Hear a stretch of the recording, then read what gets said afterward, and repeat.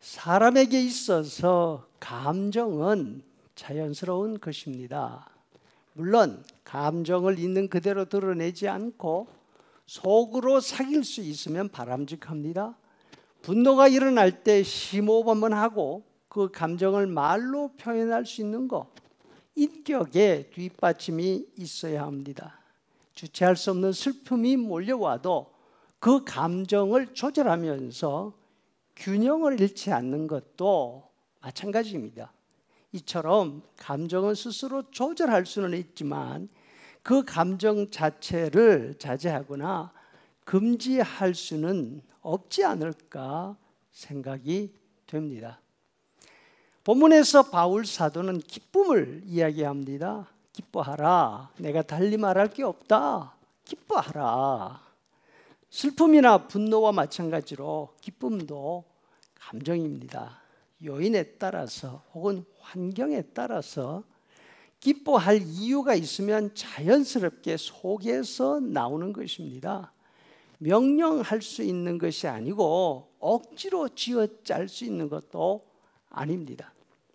그렇다면 바울 사도는 왜 빌립보 신자들에게 기뻐하라, 마치 무엇을 하라고 하듯이 명령하고 있을까요? 이것은 무조건 기뻐하라는 의미가 아닙니다. 기쁨을 짜내라는 이야기도 아닙니다.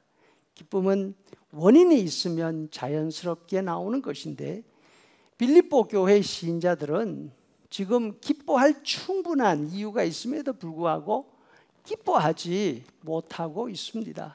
사도는 지금 그것이 너무나 안타까운 것입니다.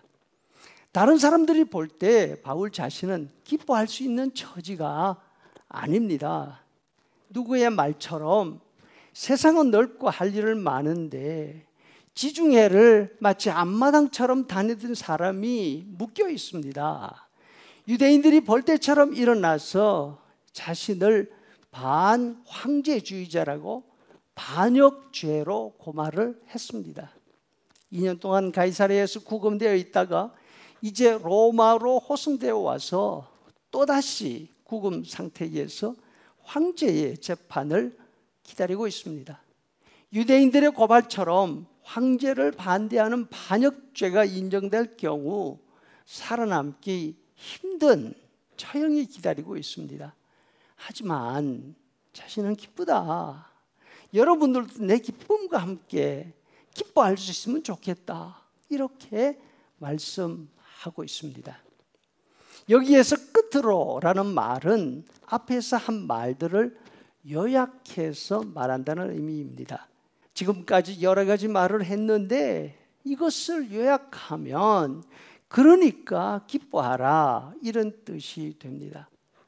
앞에서 말한 대로 기뻐하려면 세 종류의 사람을 조심해야 한다 말씀합니다.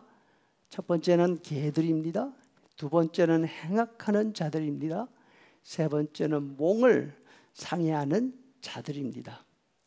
개들은 자기 먹을 것에만 관심이 있는 자들입니다. 행악하는 자들은 자기 이익을 위해서 남에게 해를 입히는 자들입니다. 몸을 상해하는 자들이란 할례를 주장하는 사람들입니다. 다시 말해서 자신들은 태어날 때부터 신분이 다른 사람들이라 말하는 그런 사람들입니다. 이 세 가지는 세상적으로 볼 때 기쁨의 동기가 충분히 됩니다. 자신이 가지고 싶은 걸 가지면 기쁘지요. 힘으로 다른 사람 것을 빼앗으면 희열을 느끼지요. 자신은 출생부터 다름이라는 생각이 들며 고개가 뻣뻣해지지요. 바울 사도가 말씀하는 기쁨은 이 세 가지가 주는 기쁨과 완전히 다른 종류입니다. 2장 17절 만일 너희 믿음의 재물과 섬김 위에 내가 나를 전제로 드릴지라도 나는 기뻐하고 너희 무리와 함께 기뻐하리라. 자신의 몸을 남김없이 다 부어드려도 기뻐할 수 있는 기쁨인 것입니다. 이와 같이 너희도 기뻐하고 나와 함께 기뻐하라. 신자들이 기뻐하는 이유는 세상 기쁨과 완전히 다릅니다. 무엇을 얻어서 기쁜 것이 아닙니다. 무엇을 성취해서 기쁜 것이 아닙니다. 무엇을 줄 수 있기 때문에, 무엇을 주었기 때문에 기쁜 것이죠. 사람들이 흔히 말하지 않습니까? 너도 네 자식 낳아 키워봐야 부모 심정을 알지. 이 말은 반드시 너도 고생 한번 해봐, 이런 뜻만 가지고 있는 것은 아닙니다. 부모가 되어보면 받는 기쁨보다 더 큰 기쁨이 있다는 사실을 깨닫게 된다. 다시 말해서 진짜 어른이 된다. 네가 그렇게 되기를 바란다는 의미가 아닐까요? 그리스도의 기쁨은 먹어서 오는 기쁨이 아닙니다.